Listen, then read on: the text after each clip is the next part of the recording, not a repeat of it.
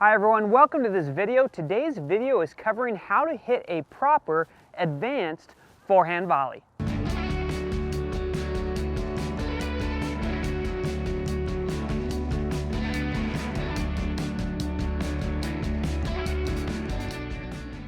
The first thing that you have to know about hitting a more advanced forehand volley is that the reason why we're doing this is we have an interest to keep the ball on our opponent's side of the court down low, sliding through the court, making it difficult for them to hit a good passing shot. If I were to just go out and bump the ball back, yes, you can make those tennis balls.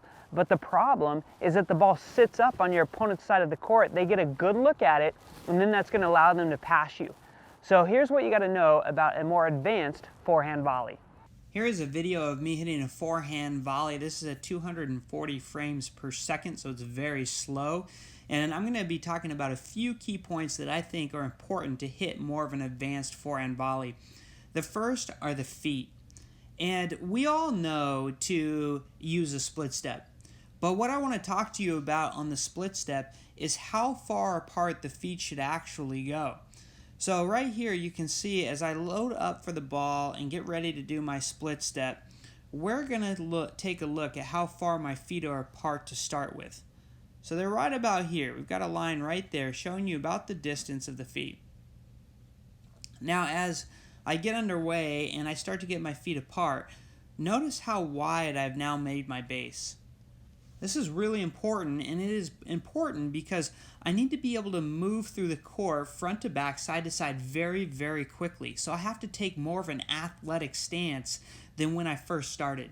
The second thing that we're going to take a look at with the feet is the first foot to make a move. So the ball is coming at me. What I need to do is I need to get to the side. Well, how am I going to do that?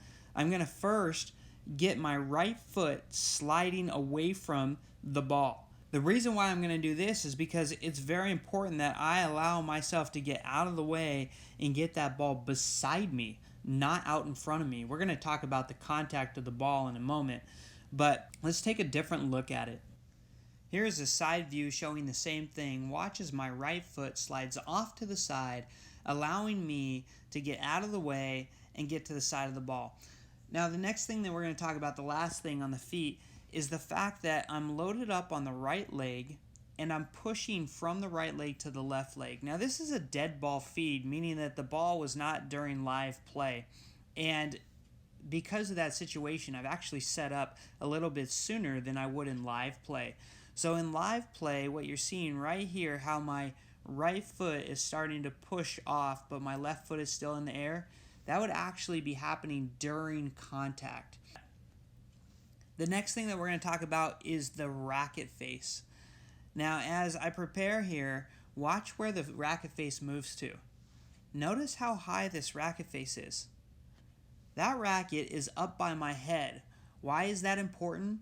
That's important because you're going to be hitting a slice volley. So as I use underspin on this ball, which the reason why I would use underspin is because the ball is staying down low.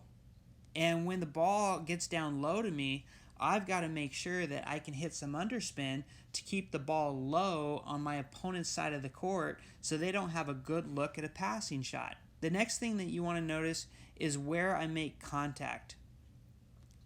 Right there. Look at where contact is. Contact is not out in front of my body. Notice where this line is. This line is way back here. It's actually probably just off my front leg there. It is not out in front of me reaching for the ball where most people are told to contact the ball out in front of them. The reason for that is because when you put underspin on the ball, you've got to make sure that the ball stays beside you enough so you can move beyond the ball, which when you move past the ball, like I've done here, and we can actually take a look at how big this swing is. It starts here, okay? And as I go through, when I'm finished with this shot, look at where the racket ends. And look at where contact is. Contact is actually right in the middle of those 2 points. And the reason why that is important is because that allows me to get length on the shot. So you need to have equal length on both sides of contact That allows you to push beyond the ball and really penetrate the court on the opponent's side. As the racket finishes out, notice how the strings are pointed upward. And the reason why that happens, this is not a wristed shot. There's actually zero wrist in this shot. We can watch it right here. Be focused in on the wrist. Look at how the wrist does not move at all. This shot is completely done from the shoulder. It's the shoulder that pushes out through the shot, which is why this racket face opens up. When the shoulder pushes out, it starts high, it pushes the racket down low, and then it brings it back up because the extension of the arm, which is right here, runs out of room. It can't go forward anymore. And so because it can't go forward, it starts its way upward. And that's what causes this racket face to open up towards the sky. So if we were to review the main things, okay? The main thing is when you split step, make sure that you're splitting wide.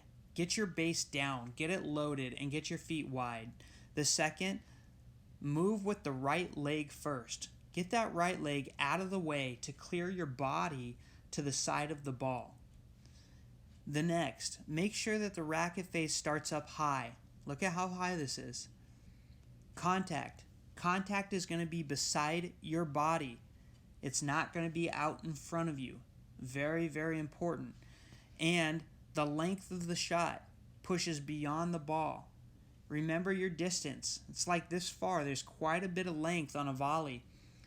And then the last thing is the racket face opens up. It opens up because the shoulder has pushed beyond the ball and it's extended all the way out. So now you know why this volley is important, and you have the methods in which to practice this volley. Now the ball is in your court. You need to get out there, you need to practice this often, and what you're going to realize is that you're in control of the net. Thanks for watching this video, subscribe to our channel, and I'll see you again next week.